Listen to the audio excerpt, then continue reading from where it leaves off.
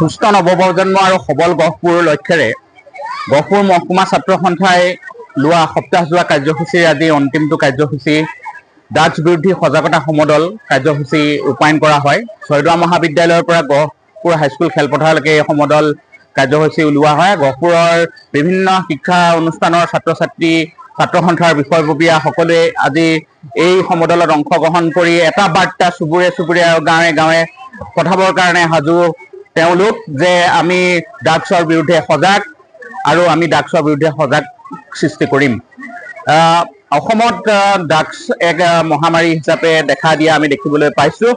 আজিকালি গাঁওবিলাকত আলোচনা হয় যে চহৰ নগৰ গাঁৱৰ বিভিন্ন আন্ধাৰৰ গলিবিলাকত বা মানুহ নোযোৱা ঠাইবিলাকত ডেকা ডেকিসকলে এই ড্ৰাগছৰ সেৱন কৰিবলৈ আৰম্ভ কৰিছে বুলি আমি শুনিবলৈ পাই আহিছোঁ। যিকণ সময়ত আগতে পথাৰৰ গছৰ তলবিলাকত মানুহে আমাৰ কৃষক ৰাইজে দাৱনী ৰোৱনীসকলে আমি খাইছিলোঁ, আমি খাদ্য খাইছিলোঁ। তাত আজি আমাৰ উঠি অহা প্ৰজন্মৰ এটা চাম কিন্তু এনেকুৱা ড্ৰাগছৰ দৰে নিচাজাতীয় সামগ্ৰী সেৱন কৰি সমাজৰ কাৰণে এক ব্যাধি ৰূপে দেখা দিছে। তাৰ কাৰণে গহপুৰ মহকুমা ছাত্ৰ সন্থাই লোৱা সপ্তাহজোৰা কাৰ্যসূচী আৰু এই কাৰ্যসূচীত অভূতপূৰ্ব সঁহাৰি পাইছোঁ প্ৰথম দিনাখনৰ পৰা।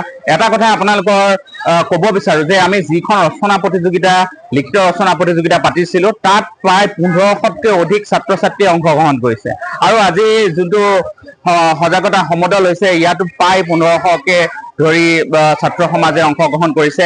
আজি গহপুৰৰ পৰাই এটা বাৰ্তা যে আমি ড্ৰাগছৰ বিৰুদ্ধে সজাগ, ড্ৰাগছৰ বিৰুদ্ধে সচেতন আৰু ড্ৰাগছৰ বিৰুদ্ধে আমি মাৰ বান্ধি থিয় দিয়াৰ এক প্ৰতিশ্ৰুতি। আমি আশা কৰোঁ যে নৱপ্ৰজন্মই এই মহামাৰী স্বৰূপ ড্ৰাগছৰ বিৰুদ্ধে সজাগ হ'ব লাগিব। আমি দেখিছোঁ যে ড্ৰাগছ সেৱনকাৰী ঘৰখন পৰিয়ালটো কেনেদৰে তিল তিলকৈ নষ্ট হোৱা আমি দেখিছোঁ।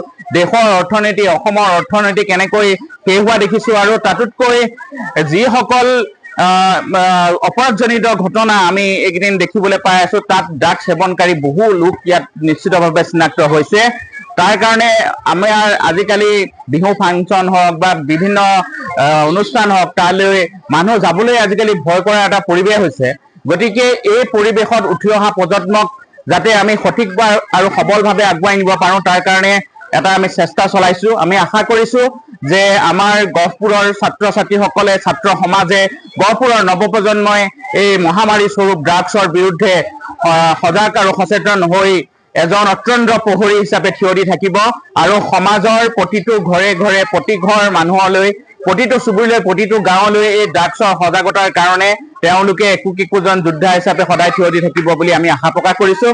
আৰু আমি সদায় এটা লক্ষ্যৰে আগবাঢ়ি আছোঁ যে সুস্থ নৱপ্ৰজন্ম আৰু সবল গহপুৰ, এখন সুস্থ ছাত্ৰ ছাত্ৰীসকল সুস্থ হ'লেহে এখন সবল সমাজৰ আমি সপোন দেখিব পাৰোঁ, এখন সুস্থ সমাজ আৰু এখন দেশৰ আমি সপোন দেখিব পাৰোঁ। গতিকে আশা কৰিছোঁ যে আমাৰ উঠি অহা নতুন প্ৰজন্মই এই ড্ৰাগছৰ বিৰুদ্ধে সদায় সজাগ সচেতন হৈ অনাগত দিনত আগবাঢ়ি যাব আৰু আমি সকলোৱে ড্ৰাগছৰ বিৰুদ্ধে মাৰ বান্ধি থিয় দিয়াৰ প্ৰতিশ্ৰুতি প্ৰদান কৰি আজি এই সজাগতা সমাদলৰ প্ৰথম আমাৰ যি কাৰ্যসূচী আমি সপ্তাহজোৰা লৈছিলোঁ আমি অন্ত পৰিছে। ইয়াৰ পিছত আমি গাঁৱে গাঁৱে চুবুৰীয়ে চুবুৰীয়ে এই ড্ৰাগছ বিৰোধী সজাগতা অভিযান আমি অব্যাহত ৰাখিম।